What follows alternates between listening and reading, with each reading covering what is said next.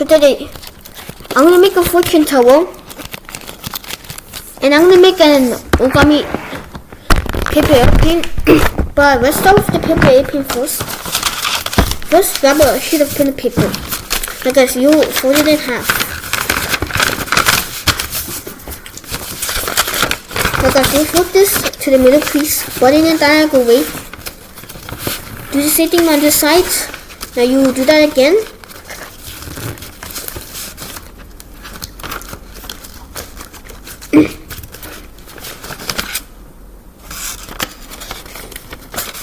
And then now you will make a paper airplane, and now it's finished.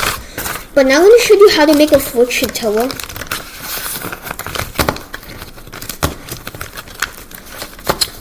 Just fold it diagonally to over here.